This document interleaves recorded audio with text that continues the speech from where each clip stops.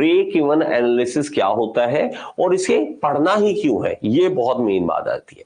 देखिए break even analysis को simple है समझना कैसे। अगर आप देखोगे कोई भी आप काम करते हो, कोई भी बिजनेस दुनिया में करते हो, चाहे आप छोटी सी चाय की दुकान लगाओ चाहे कार बनाओ, आपका मेन मकसद क्या है भाई साहब? असल मेन मकसद क्या है? पैसा कमाना, प्रॉफिट लेना। अगर हमें किसी चीज से प्रॉफिट ही नहीं मिल रहा तो उसका फायदा क्या? सीधी सी बात है भाई, इंसान है, हर चीज सेवा तो है नहीं है। ओके, तो कहीं ना कहीं हमारे दिमाग में प्रॉफिट रहता ही रहता है कि इससे प्रॉफिट बने। अब प्रॉफिट बनेगा नहीं बनेगा और कब बनेगा?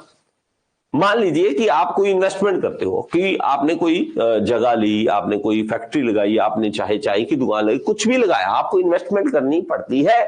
और यही प्रॉब्लम होती है कि इन्वेस्टमेंट तो जेब में है नहीं, हम करें कहां से, नया काम कहां से, बिजनेस कहां से शुरू कर ले।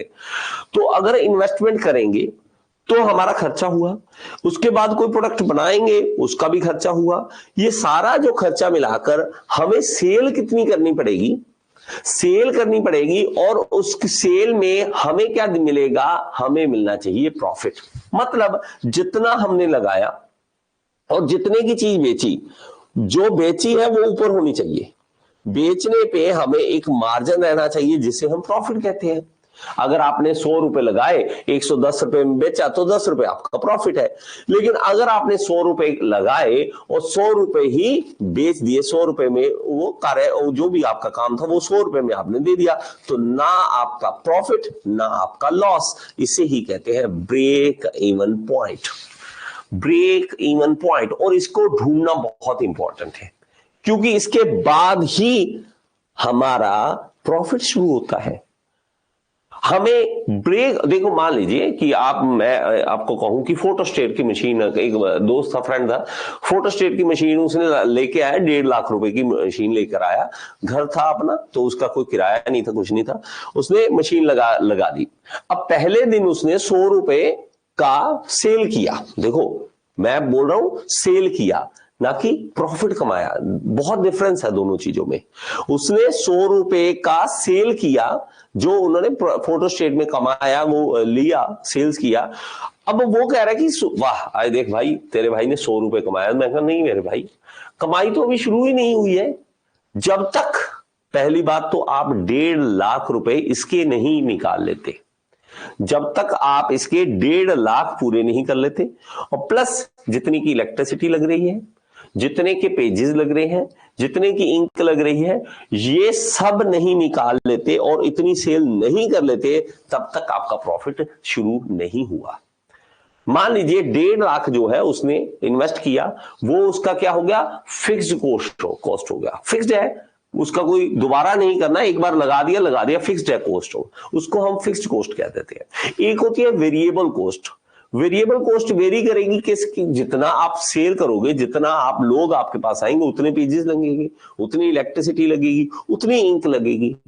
तो वेरिएबल कॉस्ट डिपेंड कर रही है कितना आप सेल कर रहे हो उस पर, लेकिन फिक्स्ड कॉस्ट नहीं।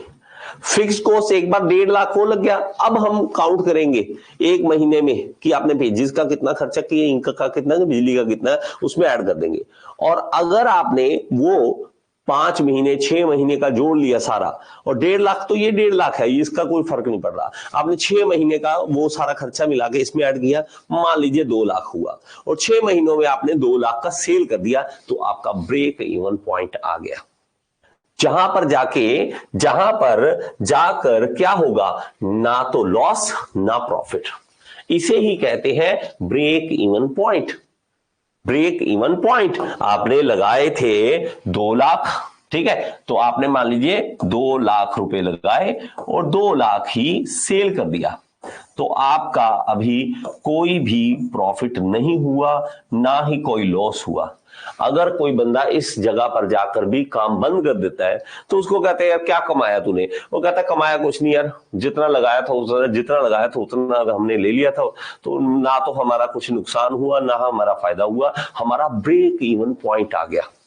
अब ब्रेक इवन पॉइंट अगर हम कहीं, इतना इंपॉर्टेंट क्यों? क्योंकि हम रेट डिसाइड कर सकते हैं ब्रेक इवन पॉइंट के हिसाब से कि हम इतना सेल करेंगे, इतना सेल करने के बाद इतना खर्चा किया, इतना सेल हमने किया, सेल करने के बाद अगर हमारा इतना सेल करने के बाद हमारा कॉस्ट भी निकल गया तो हमारा ब्रेक इवन पॉइंट आ जाएगा। इसके बाद प्रॉफिट स्टार्ट होगा, इसके बाद हमारा प्रॉफिट स्टार्ट होगा। इसीलिए कंपनियां इतना ज्यादा जोर देती हैं, आप बताइए आपका ब्रेक इवन पॉइंट कब आएगा। ब्रेक इवन पॉइंट आने से हम उसका रेट डिसाइड कर सकते हैं, हम अपना प्रॉफिट डिसाइड कर सकते हैं, हम प्रॉफिट कितना कमाएंगे। बात समझ आई या नहीं? ये सिंपल सी बात है। ब्रेक इवन पॉइंट आप कहीं पे भी निकाल सकते हो, चाहे आप चाय की दुकान आप चला रहे हैं, चाहे आप जहाज बना रहे हैं, कुछ भी है। तो आपको जो सेल करना है, हमें जितना कॉस्ट हमने करा है उतना आपको सेल हो जाए तो ब्रेक इवन पॉइंट आ जाएगा, तो हमारा प्रॉफिट उसके बाद हमारा स्टार्ट हो जाएगा। बात समझ आई या नहीं?